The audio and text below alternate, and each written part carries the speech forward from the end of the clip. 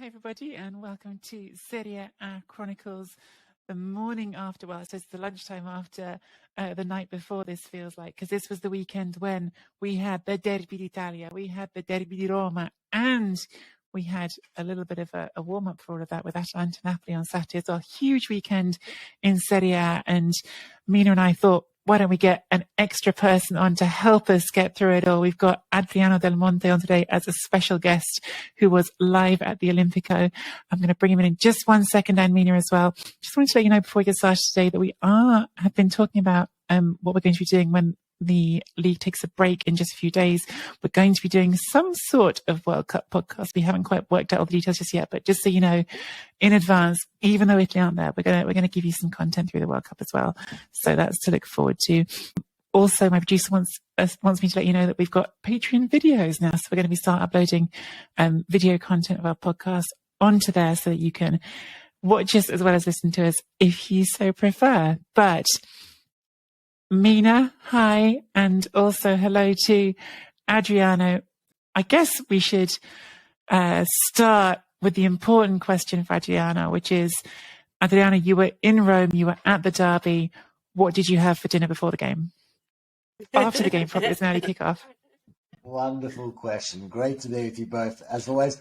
You know how it is when you're traveling covering these games. I didn't actually get to eat before the game. That was the sort of day I was having. So, but I did get myself, obviously due to the very, very nice and the friendly 6 p.m. kickoff, I was able to enjoy a nice carbonara after the match had finished. So I had a 10:30 p.m. dinner last night, not too far from my hotel. And it's been a busy week, but certainly a good way to end the week with another Derby della Capitale. Absolutely. Mina, can you rival that Sunday night dinner, or have you got nothing to match that? I didn't even remember what day it is at the moment.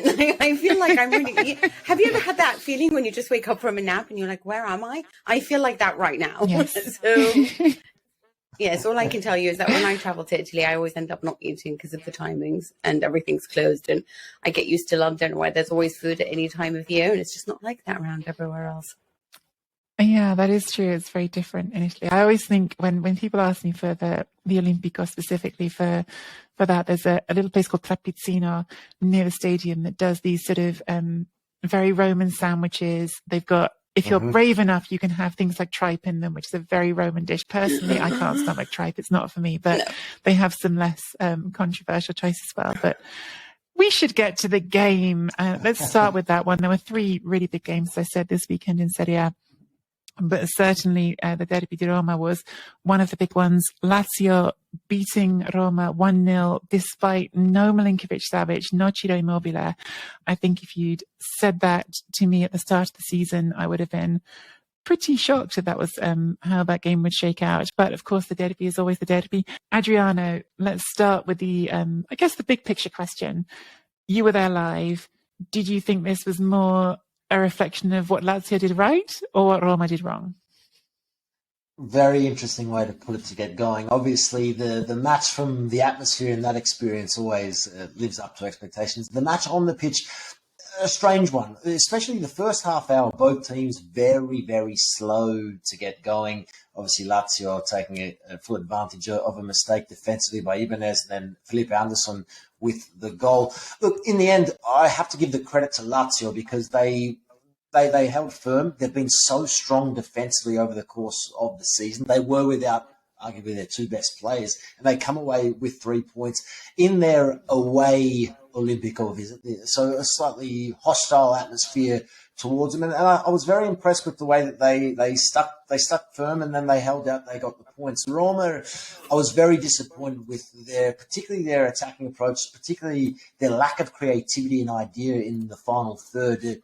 Zaniolo, Tammy Abraham, there were just not enough answers on the night, and they just didn't feel like they were going to score. I was watching the match from pitch side, and I was in the Roma attacking half in the second half, and with exception to 1 or 2 half chances, which weren't even really there, I just did not feel that the response was coming. The hunger was there from the Lazio players. They were going in for their challenges. They were passionate, and in the end, I think it was the fair result. Although Mourinho, I think, disagreed with that post-match. But yeah, in the end, for me, fair result, Lazio, very, very important 3 points, of course, now to get back up to third. Yeah, it was definitely interesting that the way the two teams approached it, because it felt like a game. Both of these teams, to some extent, I would say more Roma normally, but perhaps the balance shifted for Lazio being without Milinkovic-Savic, are quite content playing without the ball. And at times it felt like that was a real awkwardness on both sides, was how are we going to be the one counter-attacking? It made for a very strange game where you had two teams that didn't quite know what to do when they had the ball, seemed much happier when they didn't have it. Mina, I know you've just been having looks like you're having some mic issues over there, but I'd love to get your perspective just on how Lazio handled the lack of Milinkovic-Savic, because I think when you watch them normally, so much of their play goes through him, so much of sort of the play out from the back just goes straight to him, and it's like, okay, you start things for us, the ball goes here, and without that, they looked a very different team. What did you make of Lazio Son's SMS? I have to say, I kind of like the fact that Sarri is very much like, okay, I can't entertain the crowd today. I don't have some of my best players, so I'm just going to play the game that will ensure the results. And it's like, yes, we're all becoming a little bit more pragmatic, out with Guardiola, in with Mourinho type of tactics. But I think that what's really interesting about this is I thought this was kind of like the dullest game I'd watched. And you would think I'd get used to that watching Juventus under Allegri, right? Like, I've been getting so much nap time. We'll get to that. I did. Yeah, I really do feel like it was so dull. And what you felt in this match more than anything wasn't really the tension, or it was a game where neither side wanted to lose. It was a game where you missed Dybala, where you missed Milinkovic-Savic. It was more about the absences than the players present. And I think that makes for a tough game to watch, to be honest with you, Sarri just seemed to be out there to be like, all right, Mourinho, I'm going to do what you need me to do. I'm going to get the points and just be really predatory and opportunistic. And when we get the chance, we're going to take it. And they did. And one thing that I have to credit them for is the brilliant defense that they've had. But I think what's interesting in all of this is that I think it's about Lazio.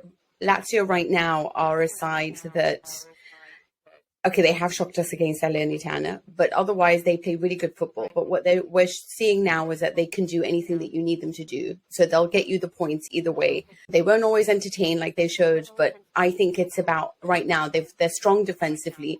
We know they're good attacking when going forward, but they were without their two best players.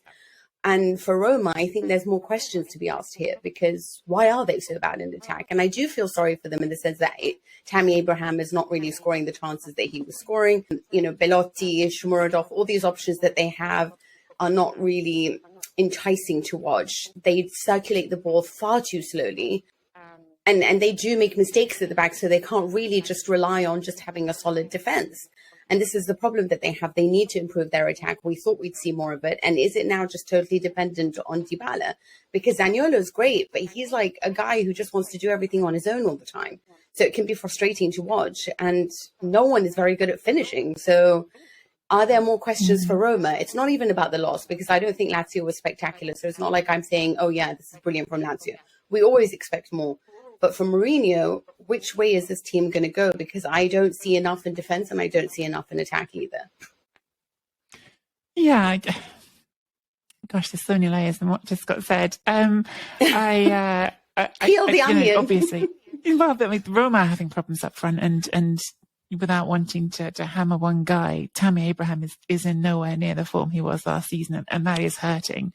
I think you can see that two ways, one of which you can sort of put responsibility on him. The other way you can look at it is to say, well, gosh, how much did he mask last season by playing very well and taking those chances last season? Because to me, the team doesn't know how to play out from the back at all. And I think that's exactly why they conceded the goal they conceded, is because Ibanez got some pressure put on him. Pedro was smart. Pedro was on top of him quickly. And Ibanez just, to use the word that I feel like our old friend Gab Marcotti might use, or I feel like I hear in the American media, he shit the bed and he turned around and didn't know where to go with it and got dispossessed and it all went wrong.